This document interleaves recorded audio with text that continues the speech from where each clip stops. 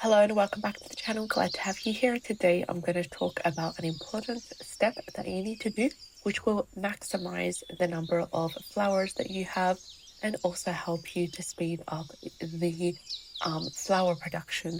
And this can apply to any sort of flowers like roses, calendula, marigolds, any wildflowers as well that you'd like to produce more flowers. This step is really important. And this is one of the most simple things I do in the garden and one of the most important. So I remove any wilted flowers as soon as they wilt, not when they're completely dry, not weeks later, but right as they start to fade. So as soon as the flower begins to wilt, I gently pinch or cut off, and instead of throwing away, I just simply place it directly on the soil right at the base of the plant, not the compost bin, not the waste, just returning it where it came from.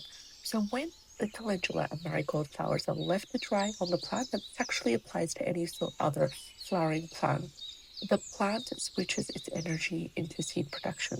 So this means that there'll be fewer new flowers, there'll be a slower blooming and less overall vitality. So by removing wilted flowers early, you're telling the plant to keep flowering and keep on growing. So why do I place them on the soil and not on the bin? So calendula and marigold petals, they're incredibly useful. When you place them on the soil, they do a couple of things. They break down quickly, they feed the soil microbes, and they add a gentle organic matter, and they also act as a light living mulch.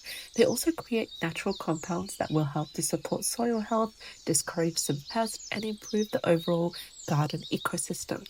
This is a really nice gardening strategy that you can do. It's really simple, only takes a few seconds of your time, and you will help your garden recycle itself whenever possible.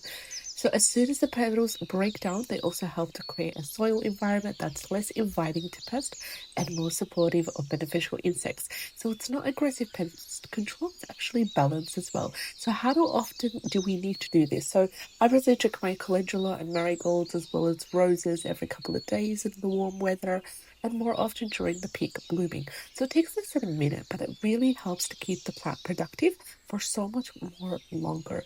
Gardening isn't always about adding more. Sometimes it's about removing gently, returning the nutrients back to where it came from, and just doing that recycling process and letting nature complete its own cycle. So when you start to listen to the rhythm of nature, the garden will stay healthier naturally. Hope that you enjoyed this quick video. I'll see you in the next one. Take care and have a great day. All the best.